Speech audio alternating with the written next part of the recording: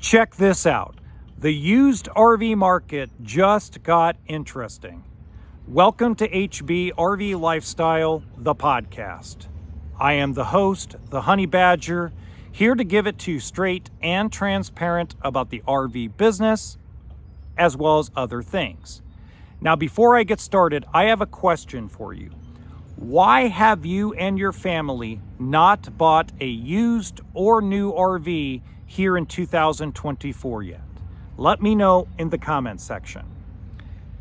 Now, what makes the used RV market very interesting is there's this ebb and flow that's going on, okay? Right now, as an example, dealerships across the United States and Canada are not buying used Class B motorhomes over wholesale book anymore. For the longest time, you had to pay, and this is prior to COVID, you would have to pay $10,000, $15,000, $20,000 over wholesale book to get a good used Class B motorhome or van conversion on your lot. But at the same time, for the last 7-8 years, this is prior to COVID, during COVID, and after COVID, consumers were willing to pay top dollar and over top dollar retail for a good Class B motorhome. Didn't matter if it was gas, didn't matter if it was diesel, didn't matter if it was Dodge, Ford, Mercedes, didn't matter, okay? Didn't matter if it was done on your own, and didn't matter if it was built by an RV factory, okay? That has changed. It's changed dramatically. Now they're buying them 70%, 65% back of wholesale book.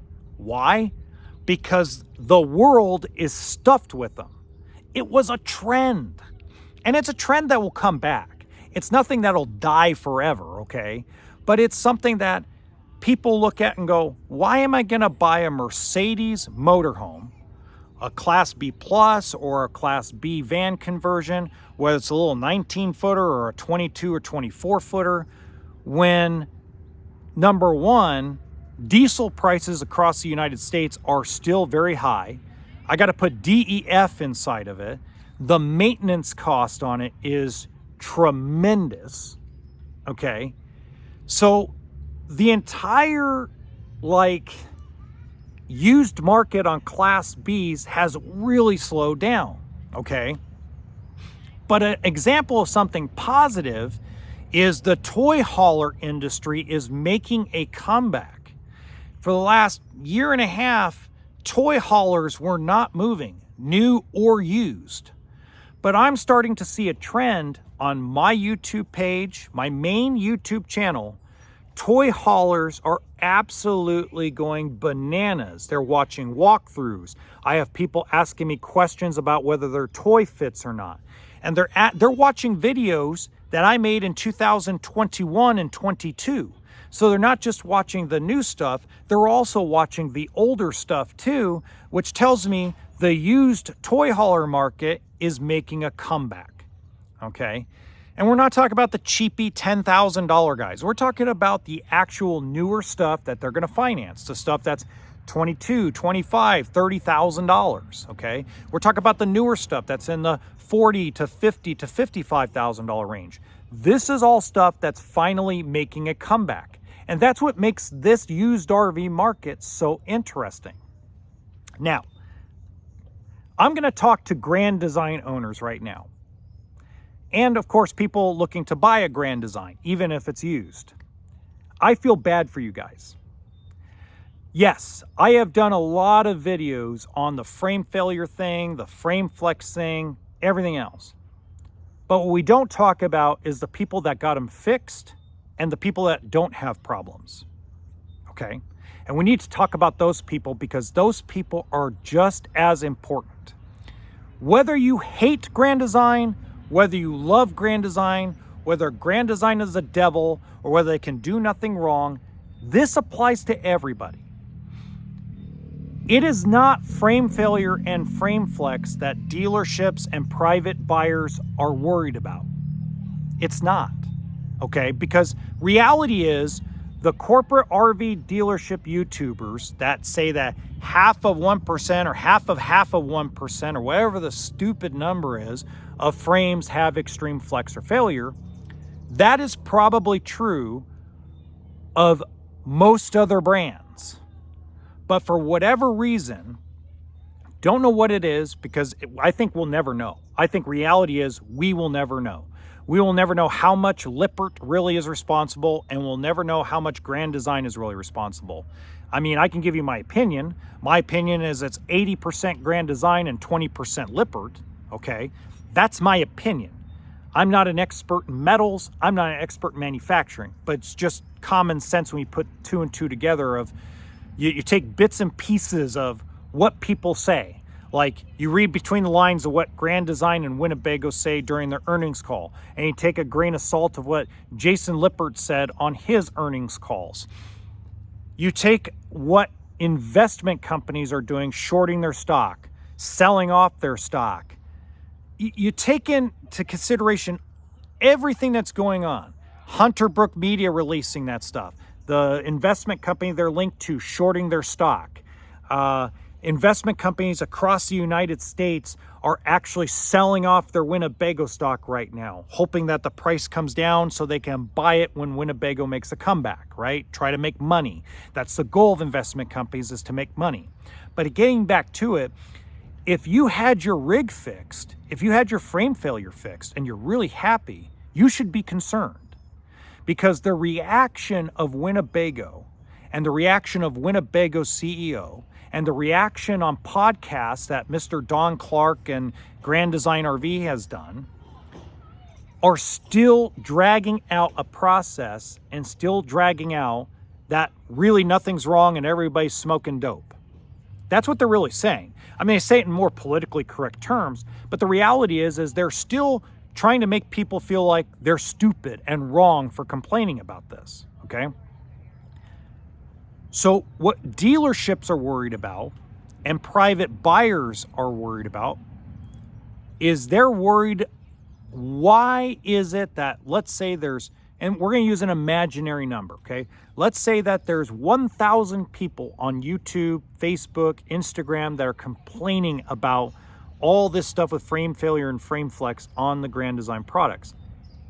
In their mind, how many people are not telling us about it because of fear that they won't get their rig fixed, fear that nothing will be done, fear that they won't get bought out of it? Let's remember, a lot of people have their life savings or have financed and taken out a big loan on these fifth wheels and don't have the cash to buy them. I know a lot of you guys always scream, well, just pay cash. Well, not everybody can. 94% of the RV industry is through financing, okay, through debt. It's a fact of life. Only 6% of you actually can afford to write a check out of your bank account and get the title.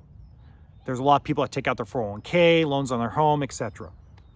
So it's the reaction to the problem, not the problem itself. The problem itself can be fixed. The problem itself, if it can't be fixed, can be bought out. The reaction of the company is the problem, and why your fifth wheel and your travel trailer and your Grand Design product is devalued on the used market. So why I say that is because instead of everybody getting together and creating a bunch of drama, here's my suggestion. My suggestion is every single owner of a Grand Design product should be on the phone, sending emails. You don't need to make it public. Keep it to yourself. Keep it quiet. Doesn't need to be spread through the Facebook groups or anything like that. Just keep it quiet amongst yourselves. If 10,000, 20,000 of you that are not having a problem but are concerned about the value of your rig because of Winnebago's reaction to it, and you make your voice heard directly to Winnebago and directly to Grand Design, they can no longer ignore it, okay? And the minute that they decide, here's the good news, guys. This is now it's gonna piss some people off I say this, but the good news is the day Grand Design RV decides to pull their head out of their butt and decide to admit there's a problem, admit it's a bigger problem than what they originally anticipated, and they're going to take care of everybody, and they're going to make sure everybody's taken care of, all will be well again. I'm telling you, all will be well again. The market will go back to normal. People will start rebuilding confidence in the RV industry in general, and will rebuild trust in Winnebago and Grand Design. I'm telling you, that's what it's going to take. Not the federal government getting involved, because that's just going to piss everybody off. That's going to make it worse. But the day Grand Design pulls their head out, just like Xbox with Microsoft, just like Ford did with a bunch of their transmission problems, just like Sony did with the early PlayStation. When the company finally realizes that they can't bury the truth and they just come out with the truth and come up with some political response, all will be well. I'm telling you. And the only way it's going to be all well is the day you guys decide, hey, you know what? I got a Solitude. I paid $100,000 for this thing. I've had no problems. And I can't even get 30 cents on the dollar for it.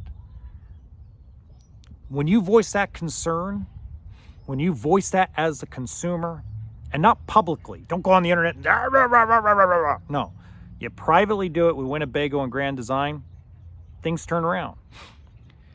The other really interesting thing about the used RV market is the financing. It's weird, but we're starting to see, or at least I am starting to see, more lenders from credit unions all the way to major banks start expanding their horizons into older units. Something I did not see in the first 10 years I was doing finance for dealerships. It was usually a cutoff, like 7 years, 8 years, 10 years. We're starting to see some banks and credit unions going 15, 20, 25 years. There's even a lender that lifted the cap and they'll do up to a 1975, 1972. I mean, I think they're starting to realize that the next 3 years, there's so much used inventory out there. If they want to make money and make their investors money, they're going to have to start broadening their horizons for the next couple of years. So we're starting to see a bigger trend of people starting to, okay, I want a 2004 motorhome. Everybody wants like 25, 30 grand for a nice, decent one, but I only got like 10 grand. Okay, I don't want to buy a 1980s project, but a 2004, 2005 on a workhorse chassis or whatever the case may be. Now they're able to get that loan, that $15,000, $20,000 loan. I mean, it's not the loan you want, because most people are like, well, I want a $150 a month payment. No, it's going to be a short-term, high-interest loan. But it's available. That's the interesting part. It's an available thing. And it helps people that are trying to sell their older RVs, because now there's ways to go about getting a loan for it. So you're not sitting there going, well, I put 20 grand to this thing and now I got to sell it for 3 grand. No, you can sell it for 10, 15, 17 grand and recover a lot of your money, okay? Now, setting that aside for a second, the other thing I'm starting to notice is warranty companies are starting to expand their years too. I mean, just imagine, now used RVs, you can get extended warranties with a lot of these online companies and these reassurance programs when you buy privately that will go 20 years. 18 years, 17 years old, as long as you go and have it inspected by an actual repair place. Which reminds me, Jesus H. Criminy. Oh my God. We need to talk about RV inspectors real quick. I forgot to talk about this. RV inspectors that got 35 hours of training, they're not inspectors. I'm more qualified to inspect a motorhome or travel trailer used than those guys are. I'm going to make first of all, I am going to offer inspection service. Okay, it's going to cost you a little bit of money, but I'll go inspect a used or new RV. I'm going to inspect the frame, the brakes, all that stuff. I can do that. But you can also have a mobile technician do it, because a mobile technician is going to also give you a cost estimate. Or you could take it to a guy like Dustin Simpson at California RV Specialist. He's up in Lodi, California. You can simply say, hey, I want to take this down to California RV Specialist, or have it taken down there, and I want him to do the inspection, because they're going to do a thorough inspection of the coach, and they're going to give you an estimated cost of what it's going to cost to repair it.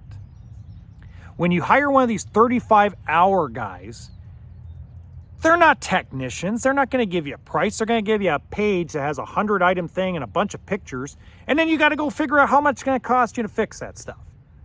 So then you got to go take it back in and do it all over again. So kill one bird with one stone.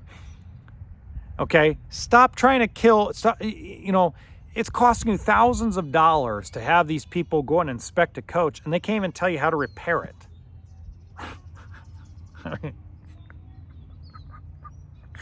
At least I could tell you that. I could tell you that. More than likely, Josh the RV nerd could tell you that. Matt's RV reviews, JD from Big Truck Big RV. I'm pretty sure even as, newish as he is, Miles RV, not M-I-L-E-S, but M-Y-L-E-S, could probably go out to your coach and give you an estimate of what things would cost and what's wrong. Okay? And we're all not technicians. I mean, I was at one point in my career, but we're all not like technicians, but we have a lot more experience than those 35-hour guys. Okay? So just be careful with inspections, okay? Do them. I'm not saying don't do them. I'm a big fan of doing a third-party inspection, but do it through a licensed service center, not through some weirdo that decided he was going to go to Texas and take a 35-hour course. And that's nothing against you if you are one of those guys, okay? That's not personal against you. It's just, you got to think that at the end of the day, people want to know how much things are going to cost. And if you can't give them the answer, then they got to go find the answer through somebody else, and it becomes a frustrating problem, okay? So until next time, folks, toolkit and sense of humor.